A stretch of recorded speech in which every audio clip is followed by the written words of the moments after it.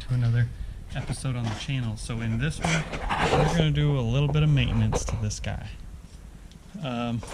We are going to try to clean this up a little bit.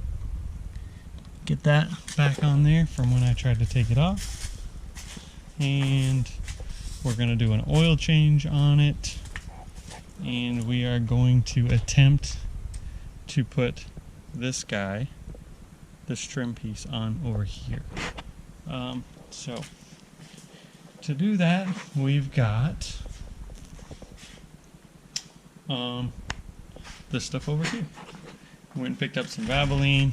The Advanced Auto was running a deal, BraveLion and a perlator, one filter, so that should be good. And we're going to use this super strength molding tape from 3M, not sponsored, to hopefully put that strip on. So with that being said, let's... Couldn't have done that again if I wanted to. I wonder what those bolts go to. I don't know. So with that being said, let's get this cleaned up and we'll see how well that tape works. So yeah, let's get her cleaned up. Actually, what I'm going to do is get the oil draining, and I'll clean this up while it's dripping. And then once we get the oil change all done, we will come back to this guy and put it in the car.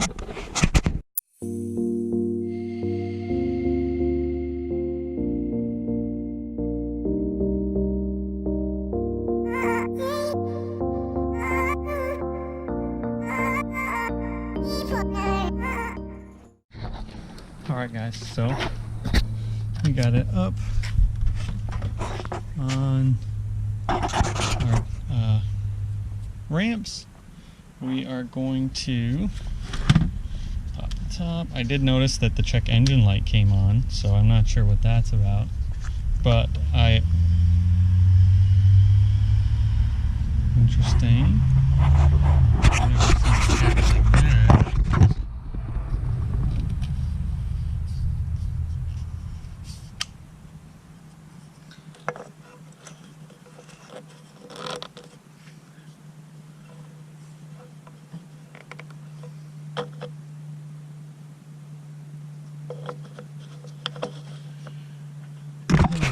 Let's hop underneath. We will get our oil drain in here.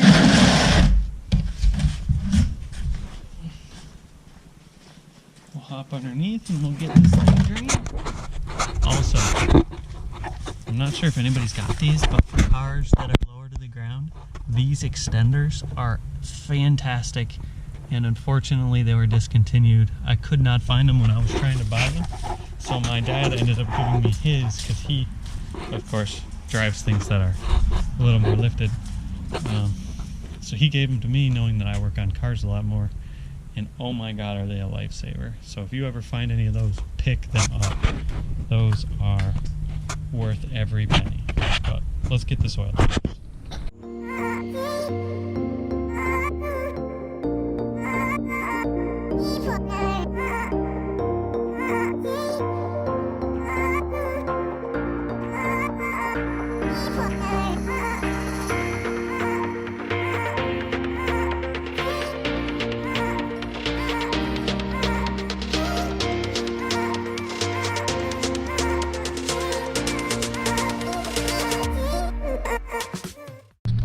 Alright guys, so just a little catch up from what we've done.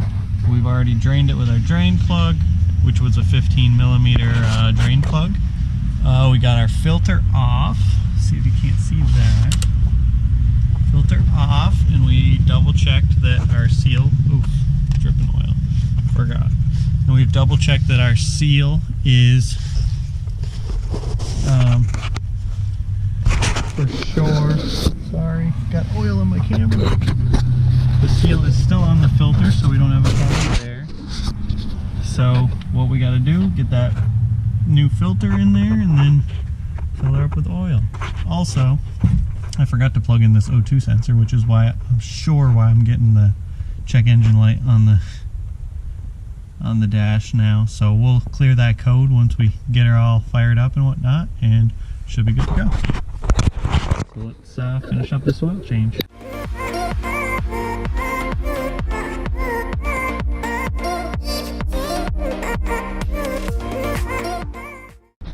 Alright guys, we got our filter back on. We did our, once it gets seated, you after that you do 3/4 of a turn is my normal filter process for oil filters. So we did that 3/4 of a turn. We don't get any leaks or anything, which is good.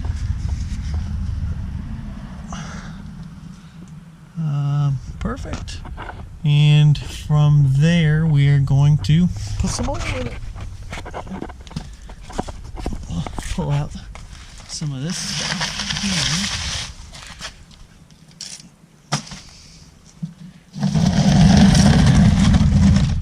She was dirty. I've seen worse oil, but she's dirty. She's ready for an oil change.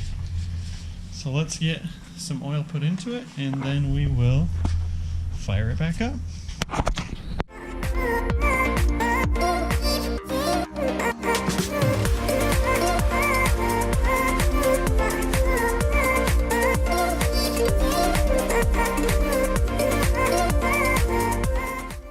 Alright guys, and just like that our oil change is complete. We get this mess picked up, and I've lost my daylight, so we will do the trim piece tomorrow. So I'll catch you guys tomorrow. Alright guys, so it is the next day. We are going to knock out this trim piece. I want to kind of get it cleaned up a little bit. We'll get all the glue taken off the back of it. And then we are going to clean up the car where it's going to go. We'll mark it out. And then we are going to stick this thing on there. I'm hoping this goes well, but I'm not really sure how it's going to go. So with that being said, let's get to it.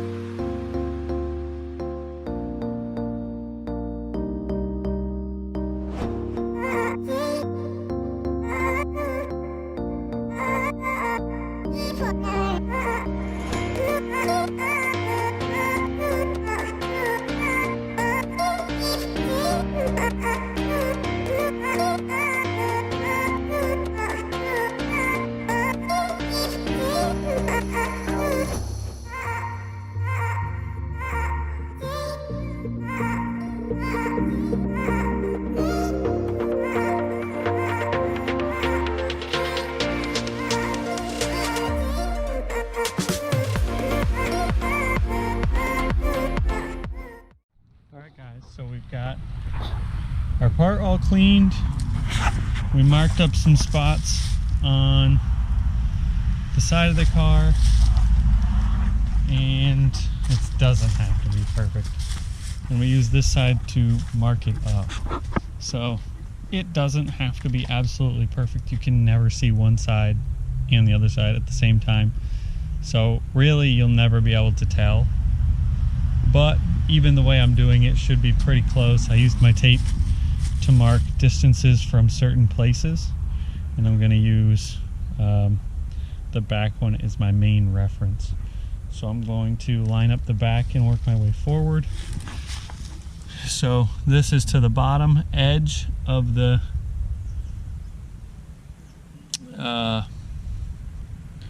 so the tape goes from the bottom of the door to the bottom edge. It tells me about roughly how high it's going to be to the bottom of it. Remember that, it comes to a point up here.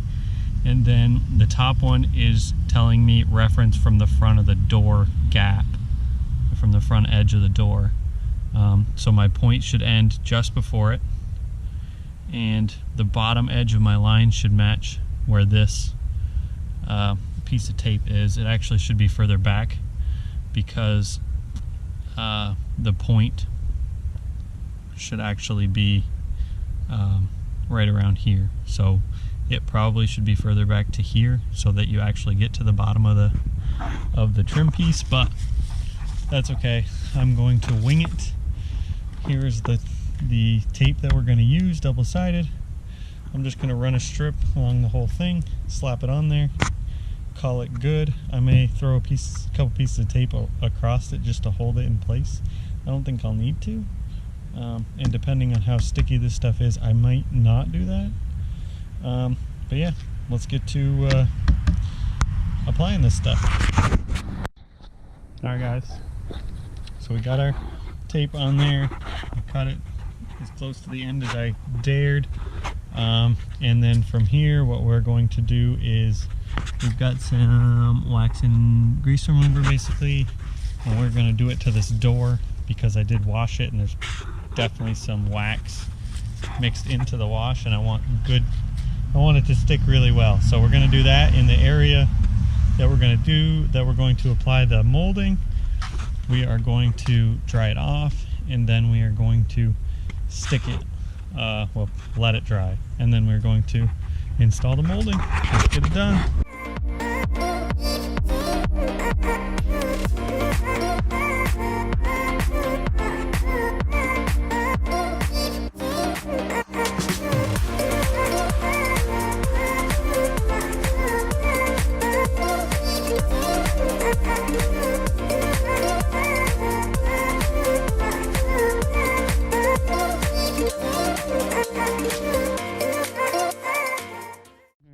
And just like that, we've got our trim strip on. It's hard to see, but we got our GM badge on, our trim strip on. I'm going to buff this while it's on the car. It'll be easier than me trying to hold it. So I'm going to do that. But that will be in another video. What do we got left on this video?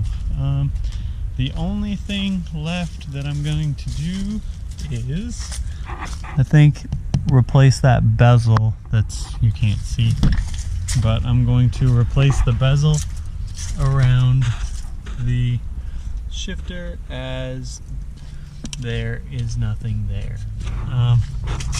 Sorry for the lighting, but yeah, that's really blinding at night when you're driving, so I am going to replace that. So I will pick up on this video on the G6 with replacing that bezel on the interior.